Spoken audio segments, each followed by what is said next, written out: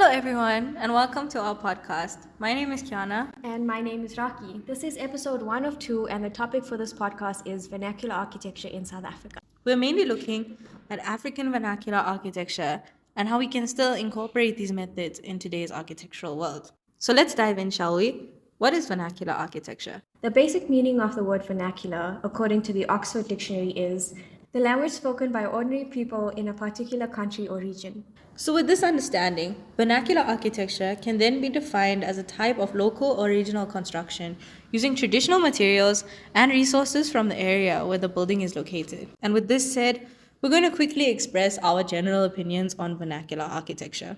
In my opinion, growing up outside of my country of ethnicity, but being born in a country with so much culture and authenticity, has really shaped my view on vernacular architecture. South Africa is a country which was colonized in the past. We see many styles which are Eurocentric, and they're very different from the traditional and original architectural styles of this country. The vernacular is very important to consider and learn about, especially for our generation as we're the future architects of the world. What do you think, Rakhi? I think that's quite interesting, actually. I never thought about how growing up outside of our ethnic countries could influence what you think of it. To me, my take on vernacular architecture is quite simple. The first thing that pops into my mind when the topic is brought up is a precedence study, which means studying the context, local styles, climatic studies, and so on, which then all shape the way buildings are created. And following up on what you mentioned about us considering vernacular architecture as future architects, we can learn a lot from traditional styles, but I don't think some of these methods can be fully applied today. However, we can find new and creative ways to incorporate these methods and styles. Now that we've given our take on the topic, to help everyone to understand and deepen their knowledge on vernacular architecture, we shall introduce our interviewee for this episode. She's a Wits alumnus and co-founder of Counterspace Studios located in Johannesburg. She centers her work around Afro-Asian architecture and research. We were fortunate enough to hold an online meeting with her, and without further ado, introducing Amina Kaskar. Hi guys. How are you? I'm good, thanks. And yourself? I'm very good, thanks. Thank you so much for speaking with us today. No problem. I guess we should just go ahead and start with the first question, and that would be, is vernacular architecture important to you and why? Yeah, I was thinking about that question, and I think it's very interesting because for me, I interpret vernacular architecture in two parts. So, sort of what we understand by vernacular architecture is what's localized within our context and architecture that is created through communities or what we call indigenous populations. So I think that's sort of one definition of how it's taken, but I think it's also practiced by architects in the professional field. So I think it's two very distinct ways of interpreting what vernacular architecture is. It is exceptionally important to understand one's context and how people sort of use space within our context and how the everyday person goes about living their lives and the everyday practices. As a professional architect, it's good to understand the types of materials that we need to use, how to design for our particular climates, how to design for particular people. And I do think it's extremely important. Otherwise, I think it's very wasteful to design architecture that doesn't suit the way people live and that's best for the environment. I agree with you, and I think it's so cool because you know how we always say that we design for the people as architects. So I think it's very important to consider context. So, what's the first thing that you think of when you hear South African vernacular architecture? So that's something that I'm working with a lot in my research because I think when I was studying architecture, I couldn't quite pinpoint what that actually was because when I was looking around at the type of buildings that were being produced by our professional body of architects, it was sort of hard to understand what that actually was. But for me, what I'm very interested in, and as a Indian person that lives in South Africa, was sort of what was representing my culture and my existence living in South Africa. And I couldn't actually pinpoint or find a particular example that best represented that. So in my own research, I'm trying to look at what are the spatialities that come out of different cultures and how we practice our own sorts of spatial appropriations.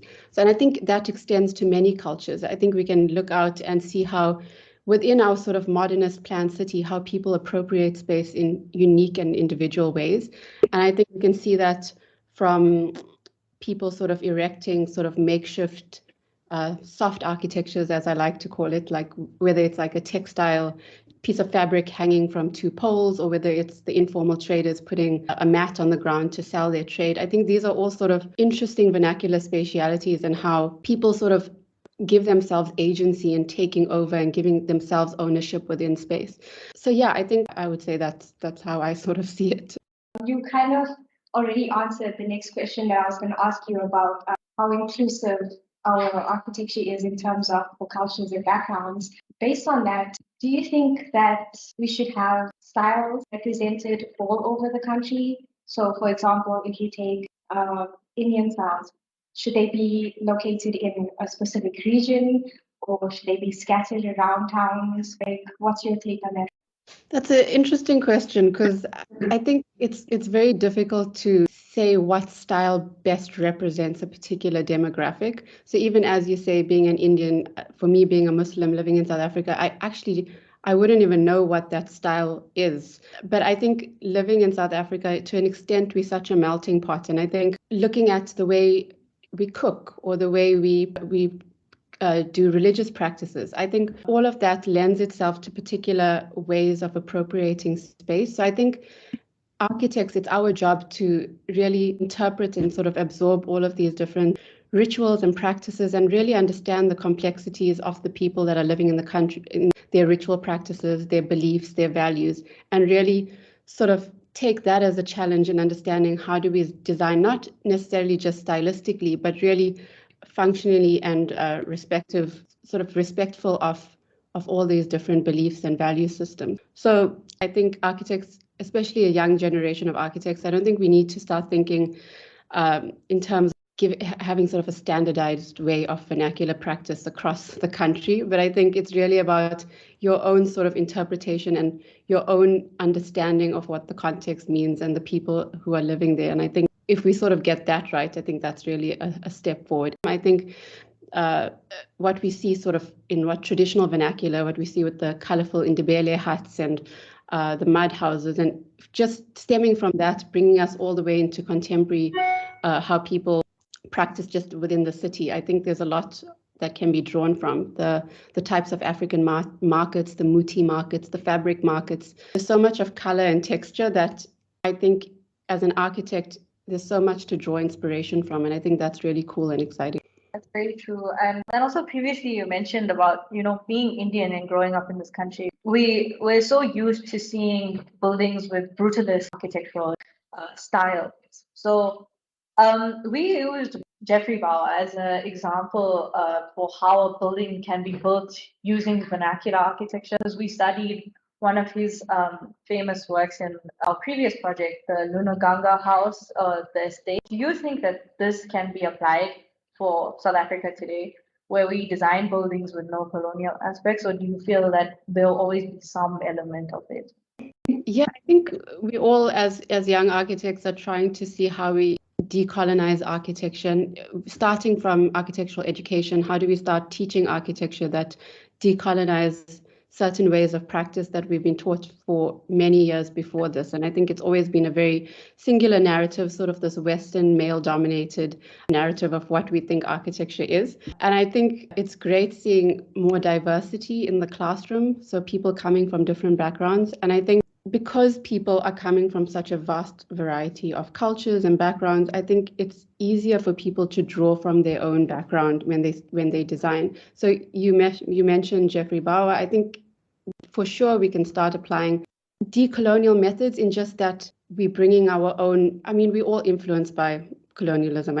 It's about embracing sort of narratives and histories that have been suppressed and erased for such a long time. I think for a long time, architects designed for this nuclear family and a traditional domestic dwelling. But if we look at how certain Indian families live, and with this idea of the extended family and our own ways of maybe communal cooking, or the fact that a lot of our grandparents stay within the family, it opens up a whole new field of how we look at how the spaces we design. In that small example, we're already starting to contest Western paradigms of what these spaces should look like. It starts from just understanding a social structure, an economic structure, and then working your way towards a certain materiality. Yeah, in that way, I think it really speaks to other cultures of vernacular practice, whether it's in India, China, or any other context. Based on what you said now, do you have any examples of your work that you can share with us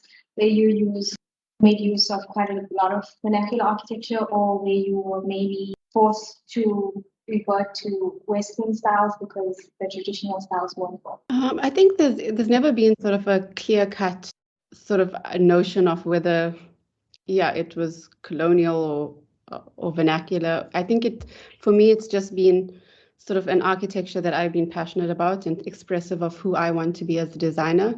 So in that way, it has challenged preconceived ideas of what an architect needs to be, especially, I'm not sure if you're familiar, but I co-founded with two of my colleagues a company called Counterspace. So we started that directly after we graduated from our masters.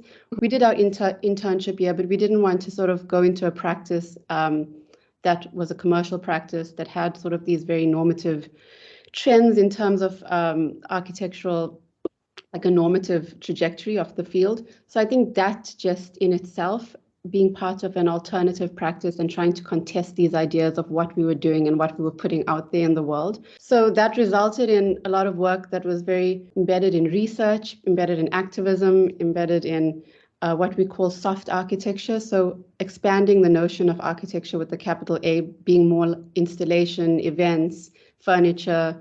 It wasn't always architecture that was just bricks and mortar putting up a building. And for me, in that way, we started to tackle questions about what vernacular was to us. We always had these discussions around the community table. So what spaces sort of bring people together, and how do we design those sort of things, whether it's furniture or exhibitions or events, that create these moments of how people interact with each other, whether it's social or whatever it is. So we sort of worked within that scope of architecture. And for us, that was our own expression and sort of contestation of what architecture and the values that are associated with it. It was sort of, challenging that and sort of bringing our own take to it.